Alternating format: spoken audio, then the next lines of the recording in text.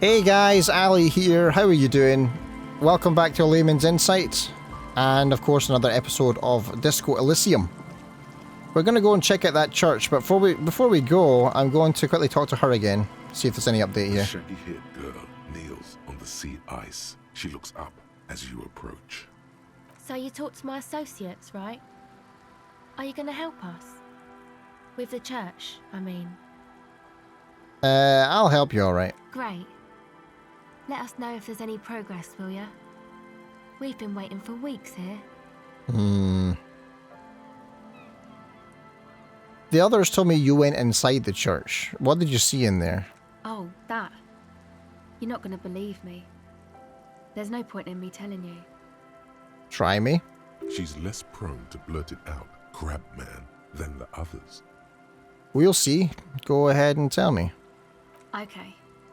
I went in and I saw a woman next to one of those machines there. Noid calls it a mainframe. She was dressed like someone who's been raised by their grandmother, you know, strange old clothes. Had this absent expression, didn't say anything, just stood still. Go on. And then, you know, right behind her, a man crawled down the wall. Upside down like a crab. Whoa. Down the church wall. I think the woman didn't even know he was there. He was completely silent. Huh. He stopped right before he got to the floor, then just hung there like that, looking at me. Right at me. I fucking turned around and walked out. End of story. Like a crab, you say? The lieutenant nods. His face is stone. What did this crab man look like? It was too dark. I couldn't tell exactly. Come on, she obviously could. She already went into detail.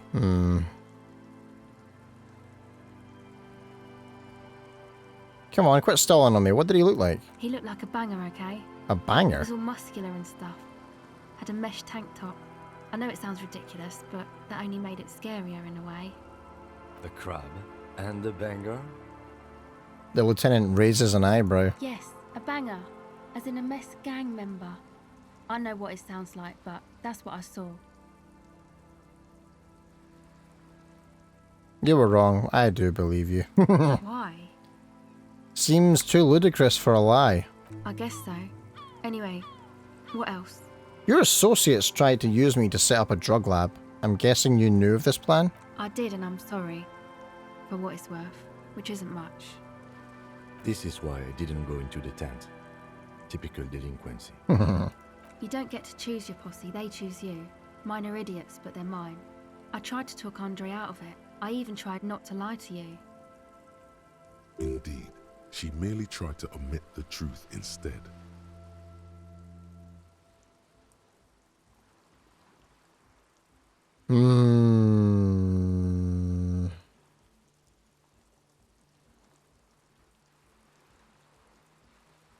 I don't care, I'm loco. I just wanted you to know that I know about the plan. Okay, but I still regret it. I should have been able to control them. And I will in the future. I promise. Continue. May I ask? What did you tell them? Do what you will with your dance club plans, just no drug labs, please. Thank you. I'll get them under wraps, I promise. I'd like to know more about your associates. My associates? I haven't got much to say about them.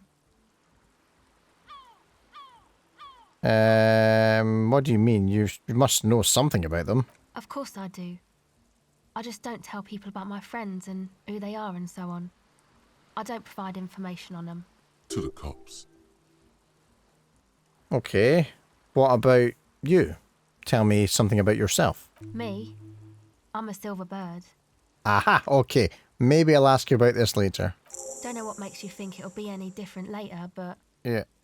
I have no idea what a silver bird is, so... Actually, that's it for now. Okay, let's get our way over to the... Oh, we can go this way, because we pushed the bridge down, didn't we? So, to the church.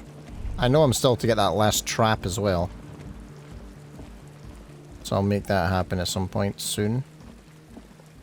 I have a feeling I might want to have my gun or something by now, but... I don't think I'm going to get it.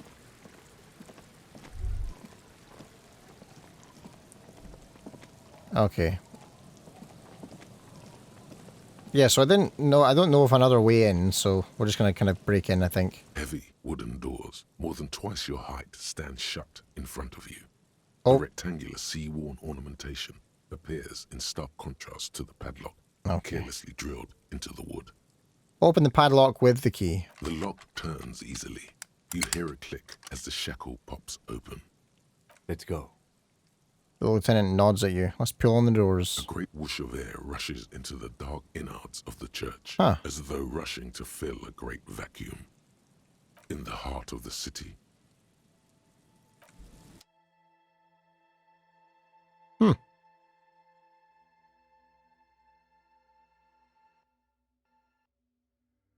Whoa.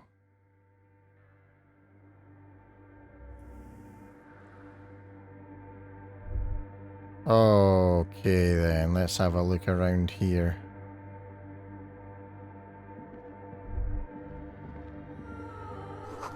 This grotesque wooden figure looks half finished.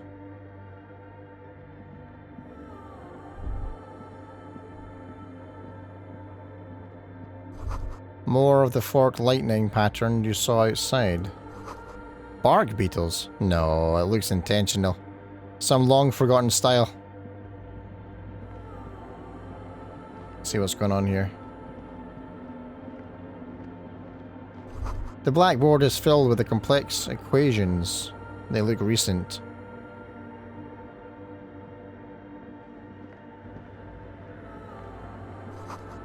Two decks of reel-to-reel tapes spinning on empty. Something to do with radio frequencies. Oh, I have a new skill point. Oh yeah, what was it I wanted to put it into again? There was something I wanted to put it into. I don't remember. But I'm gonna go for something in the empathy regions, I think.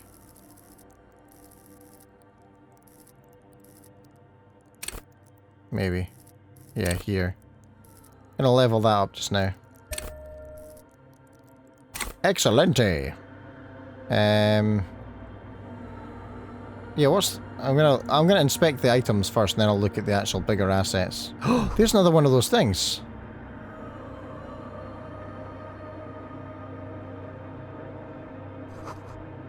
Is it possible it's recording something? Maybe. Someone siphoning electrical current from outside into this antenna. What's this all about? in white, silver, and apricot faience, the young mother of humanism stands above you. A crack runs across her body. She is impossibly tall, oval-faced and sad. A dark and radiant majesty. This is her innocence, Dolores Day. Oh, right. Cradled in her arms are a pair of glowing lungs, clearly visible from underneath her flowing dress. You should kneel.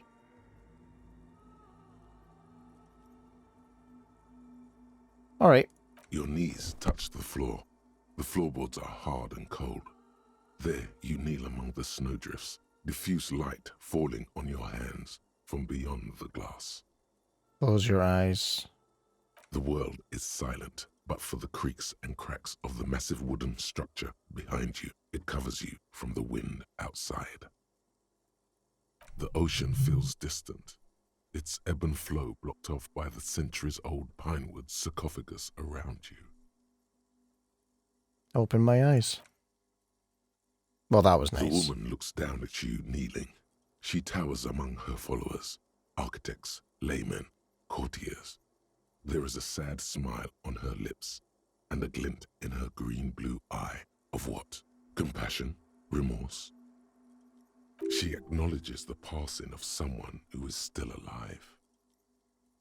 You. That's me. I'm still alive. That's true. No, she doesn't care about you. Oh. She only cares about her shiny sovereign's orb and her silk robes and getting to the aerodrome on time to leave. It's compassion. That's mourning. As that terrible word passes through your mind, the lieutenant draws an X-shaped cross from shoulder to shoulder. Do the same and get up. Your fingertips touch your chest 4 times. Then you rise from your knees into the apricot-colored light of the window. Above you, the woman still smiles her distant smile, sundered by the crack in the glass. This is Dolores Day. The old woman in the village was right. This must be the Delorean Church of Humanity in Martinez, or the small Pinewood Church in some records. You knew the place? It's a minor landmark, not easy to find. Most maps misplace it. It was built not long after Ravachol's founding, 300 or so years ago, by first-generation settlers. What else do you know? There used to be 7 stave churches on the coast. Les Sept Sœurs, they call them, the 7 sisters. Only one remains. The rest were burnt in the revolution or used for building materials. We should be respectful here, although the building appears to be deserted. I do not believe we'll find anything connected to the lynching here. Something else, perhaps? He looks at the machinery lying around. Respectful? Is the lieutenant a follower of DeLoreanism? A pang of guilt. The lieutenant is leaving something out. Do you know why it was abandoned? I have a theory, yes. There was a police raid a while back. Oh. I heard the place was shot to pieces. The old woman in the village was being tactful with us when she didn't mention it. Ah. She has more respect for the RCM than many around here. Who conducted this raid? Well, your station was involved, I hear. Oh. Although I can't be sure. How come the lieutenant isn't sure? Is this confidential information? You're not sure? 3 precincts were involved in the raid, and people say Precinct 41 was one of them.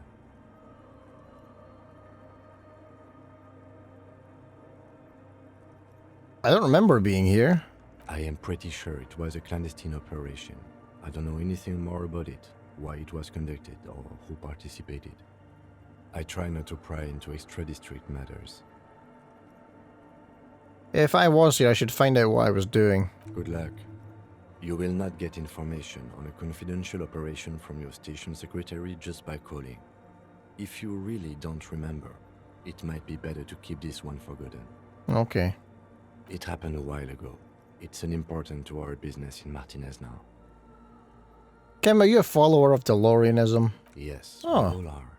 Her name, body, and rule are synonymous with humanism. The laws we enforce are DeLorean in origin. I didn't think you were spiritual. Actually, that's not true. I did. I'll just stroke my chin and go, The woman looks by in silence, smiling enigmatically.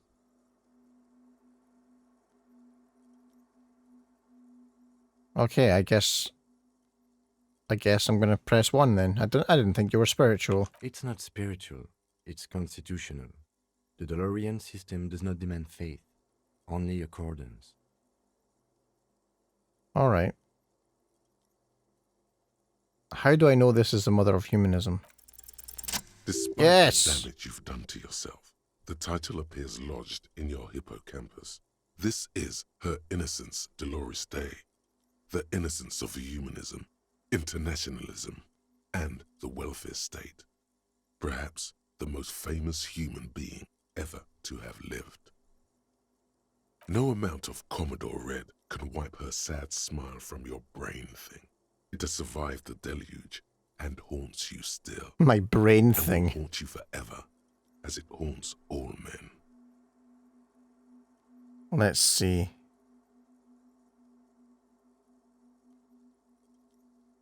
Okay, wait. What exactly is an innocence? I've heard of the system. The highest category of historic individual, an embodiment of the world spirit. A ruler? More, an innocence is elected to office by the founding party, a precedent that has taken place a mere 6 times in the entirety of history. The legal system of the Real Belt is built to accommodate inauthentic rule should it coincide with our time. An innocence is infallible. The decisions made by one are not decisions. They are inevitabilities. What would have happened anyway? Only accelerated, packed into decades instead of centuries. An innocence is a continuous, compressed event, a sacred human being. It is an honor and a glory to live when one is in office. That sounds like a position of power that can be easily abused. Is one in office now? No, we are alone. Okay, when did she rule? 300 years ago, Whoa. in the wake of the discovery of this Isola, the Insulindian, by explorers from the continent of Muindi. She is, among other things, the innocence of inter-isolary travel and the connected world. Okay. What else do I know about her? Many things. You know she was a woman of the court, the wife of an influential Marchese, and eventually the principal advisor to Irene La Navigateur, Queen of Suresnes, modern-day Sir La Clé. Also, that she was gorgeous beyond beauty. Okay, what else? Was she smart? Terribly, women of the court were expected to play both contract bridge and chess sufficiently well to prove an interesting challenge to a man. A simple grasp in matters of philosophy, theology, and science was encouraged. She was, by all means, a kept woman. She made the most of her position in the antediluvian court, a court visited by the most prominent thinkers and artists of the day. In secret, she was becoming the era's preeminent philosopher of the state, a scalpel, a piercing gaze. She was an almost preternaturally magnetic and intelligent individual. To her contemporaries, she appeared out of time, a messenger from the future of the species. We all fell in love with her, head over heels. Even before she was declared an innocence, her influence was tremendous. How come? It was on her advice that Irene La Navigateur sponsored a number of voyages into the Pale. A costly, often tragic endeavor, ultimately vindicated by the discovery of the new world, the piece of reality you're standing on. Huh. She was crowned 2 years after the first expedition returned, setting in motion what is widely considered the greatest era in history. The DeLorean era. Wow. Wow, indeed. When her innocence was declared, and the queen she had advised for years fell on her knees before her, she was so overcome with emotion that her lungs started glowing in her chest. Okay, this is the part of the story where you start to lose me a little. Bystanders reported golden filaments lighting the already sunlit chamber around her, clearly visible beneath her dress. Okay. That is why the lungs are the symbol of love for the cultures of the Riel Belt. I want more. As did we all. The lands of the Mesk and the Occident, and even far away Supramuindi, altogether 21 of the 40 Mundial nations of the time, immediately accepted Innocentic rule, even before her crowning. Her crowning? In a city called Advesperaskit in Vespa Messina, her homeland, the name of the city means evening comes, but it happened on a winter's morning, with the canals frozen and slush falling out of the sky. She was dressed in a white and pearl dress on an emptied-out plaza with the crowd far away. Already, her Theriers, the secret servicemen of the Innocents, were worried about an assassination attempt. She must have been beautiful. Oh yes, she looked like humanity's young mother, a perfect mother, insultingly beautiful. It was as if her face and shoulders and hands were covered in a soft down of underfeathers. You know this well, very well. Continue. Midwinter snow was beating the cobblestones around her. A small attaché of officials stood by as her Theriers placed a white gold wreath on her head. The crowning was mostly witnessed by secret servicemen. Then what? One of the men in this secret service killed her 22 years later. A young man who had come to suspect that Dolores Day was not entirely human, but something else. What? Something that had walked in our midst. watching us stumble for hundreds, if not thousands of years, until it decided to interfere in the course of our history. We were supposed to come up with this ourselves. The man was reported to have screamed at the innocents. Dolores Day was shot in the chest with a fowling piece 8 times. The man, thought to be insane, said he once touched her and her body had been unnaturally warm, like a furnace, and that sometimes, while on duty, he observed her forgetting to breathe for over 10 minutes. Huh. This inhuman quality was witnessed by many others as well, glowing lungs and all. It is commonly attributed to mass hysteria and religious psychology. Whew. I'll tell you something. If there's one thing I really like about this game is the world writing. It's really good. I've been enjoying it a lot. It kind of really fills in on so much of the gaps that you don't see in the game's artwork, and kind of really makes you believe to some degree that this whole world is obviously, well, first of all, a lot bigger than the one that we're actually playing in, and that there's a history, and quite a comprehensive one as well.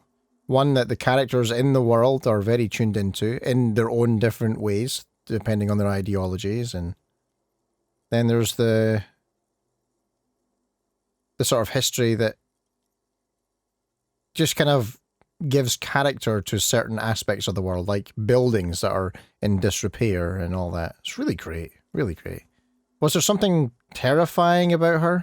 Terrifying is a term too emotionally charged for your semantic memory, or what remains of it. Although she's often considered to be the greatest human being to ever live, there was something ominous about Dolores Day, constantly surrounded by her terriers. She was the most socially secluded and least self-aware of all the innocences. Some modern thinkers would consider her a war criminal for the campaigns she waged against the Mesk state. Oh, wow. And then there were the resettlement programs. That sounds quite dubious. The Mesk state tried to detach itself from innocentic rule. Parts of the world were experiencing whiplash from accelerating into secularism.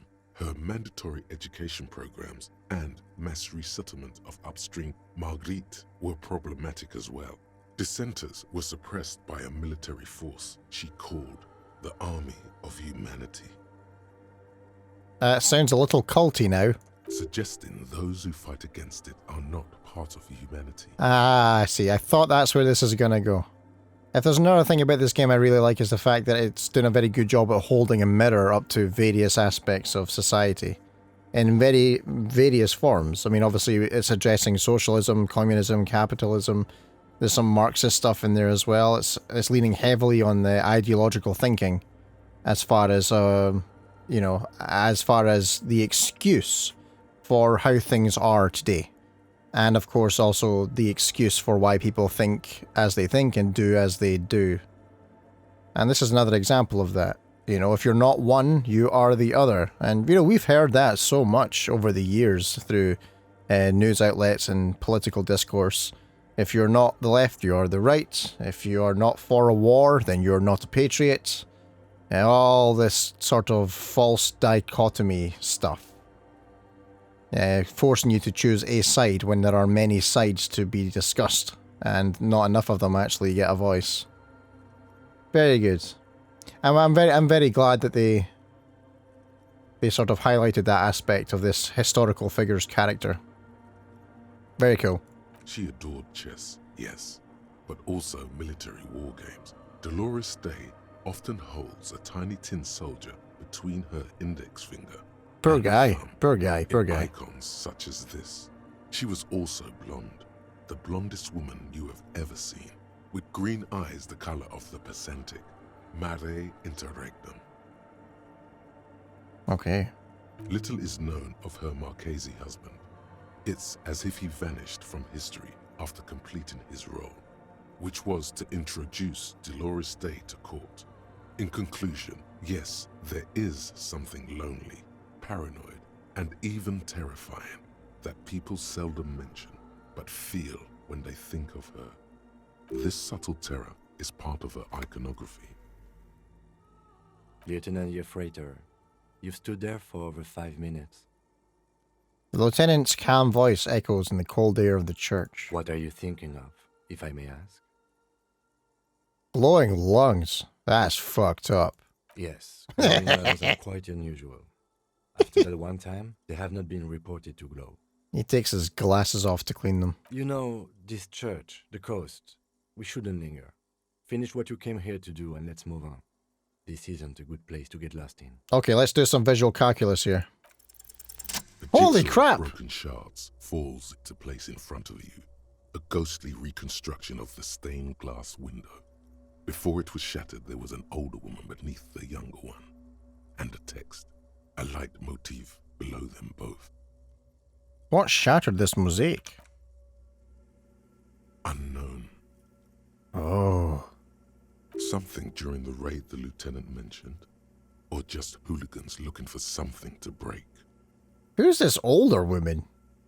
She's hot. The escutcheon on her throne says, Irene the Navigator.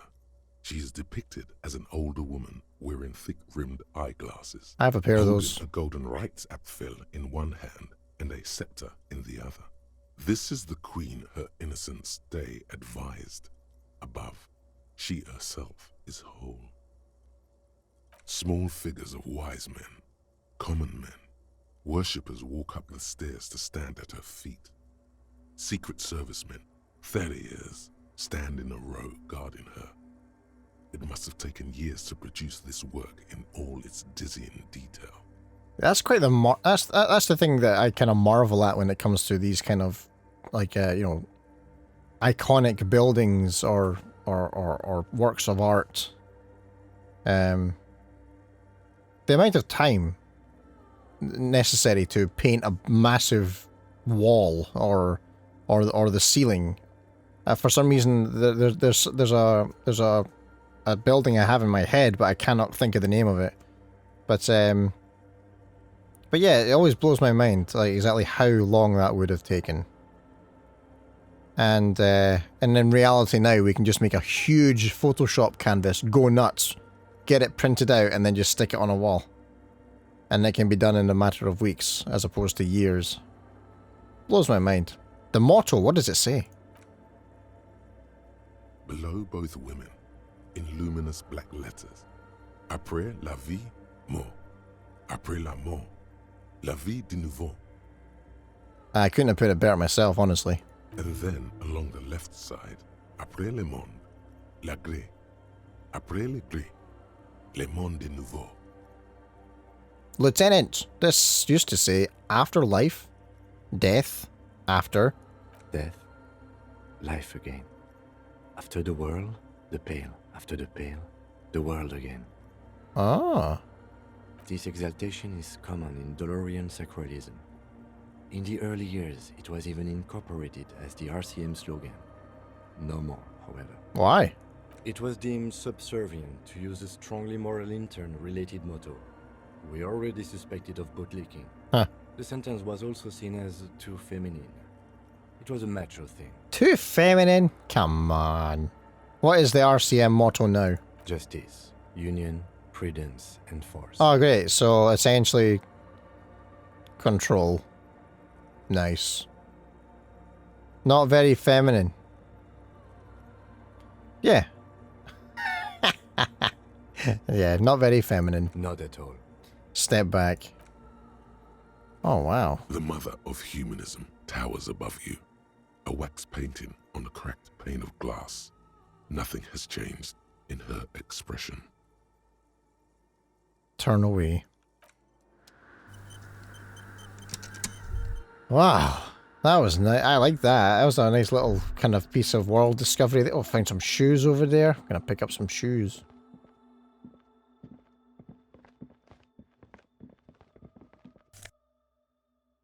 Oh, they look amazing. Some cash. I'm going to see those boots. I get 1 to perception with those. And with my new shoes, I get 1 to empathy, and I do need empathy.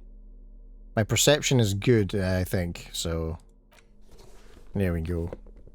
Empathy is good. Don't know why I pressed that. There we go.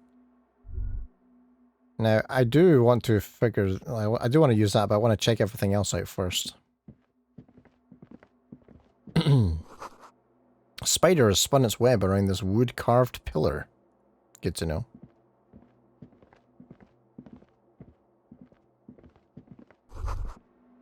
A bowl is filled with water. A live wire runs directly into it. Could these wires work as contact microphones? Oh. Maybe it's a sensor for testing vibrations in the water. So maybe, like, it's like almost like a low-tech motion sensor in a house. When somebody's walking around, signals, you know? Maybe. Maybe. There's noise. I hear noise. And ominous sounds. A cracked pane of glass. Colourful. It came from the stained glass window. Still has letters on it too. Alright. Alright.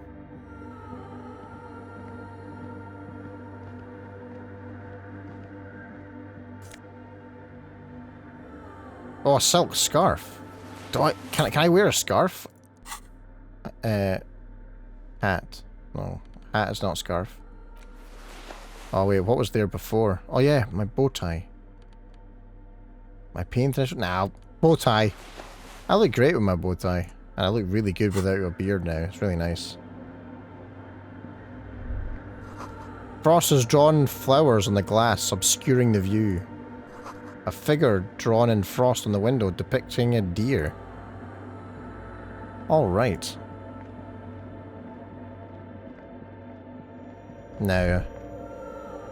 The silence in this part of the church, it's almost palpable. All the shifting matter and shuffling of living things is gone. Nothing seems to exist beyond the church anymore. Maybe if you were to stand in just the right spot, even your footsteps would be completely silent. Wait, I think I still hear something. And then it's gone. Oh. Almost all of it, but for the faintest of hums. It seems the sound here is detached from its source somehow, if not blotted out outright. Truly unusual. Yeah. You can hardly hear your own breathing. I'm gonna yell. Your voice is barely audible. Wow. Not a howl, but the softest of whimpers. It's unnerving. Stomp my feet and clap my hands. You produce a few muffled thumps, after which the silence feels even more total, somehow. Kim, what's happening, man? The lieutenant points to his ears and shakes his head. Then he leans closer. Can you hear anything? Almost nothing. Yeah, not really, but it's extraordinary. I've never experienced anything like this. I wonder why the church was built with such strange acoustics. You know, there's a term for that in sound engineering. It mainly applies to bass frequencies, but it can apply to other things, and it's usually a fixed set of frequencies. No, that's not true. There's these things called standing waves. And if you try and imagine them a little bit like, kind of like, I always imagine, if I imagine air as a sea, standing waves are whirlpools within a sea or an ocean. And they suck all the sound away at different frequencies. And standing waves exist in every single room, including like cinemas and theaters and stuff. Except with theaters, they're obviously treated to make it as good as possible. Like, for example, an IMAX theater has no well, sorry, no, that's not true. It has standing waves, but only at around 3 hertz or something like that. It's a frequency that we cannot hear, but the standing waves exist. And one of the biggest challenges of doing like a home cinema setup or something is eliminating standing waves from a room so that you have a consistent frequency response in all of, sorry, a consistent perceived frequency response in all of the sitting positions, or as many of them as are important in any given room. And the number of standing waves depends on the frequencies that are actually being delivered, because obviously different frequencies are different wavelengths. Just thought I'd give you some sound engineering theory there, but that's exactly what I think when this kind of thing happens in a building. Because this kind of phenomenon does exist in buildings, like normal buildings, but it is very rare. And yeah, I think, like, as far as outside of my own living room, I've never experienced it actually occur in a building. The only problem is a standing wave, as I said, applies to as happens in particular intervals within a volume of space, a volume of air, and the intervals are affected by the frequencies. I can't think of any reason why all frequencies would all be sucked in to nothingness or be greatly reduced at a single point in a room, because that would assume that all of the wavelengths are intersecting at a given point, and so they kind of disappear. That doesn't seem very likely, but I like the idea in this building. It's an interesting idea. Anyway, sorry, I'll get back to the game now. His detached tone conceals how uncomfortable he is. Let's see, whatever it is, it's definitely real. Something odd is happening around us. The lieutenant doesn't reply, but you can sense him tense up next to you. Look up into the bell tower. The orderly rows of ceiling panels become barely visible, then disappear completely in the darkness of the tower overhead. Huh. Okay, let's see. Wait. What if I don't want to know what's up there? The silence, the darkness, they've enveloped you as in a cocoon. You cannot move anymore.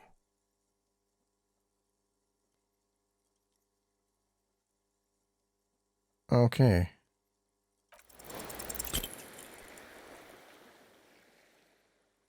Apparently I didn't see anything. Or I won't see anything.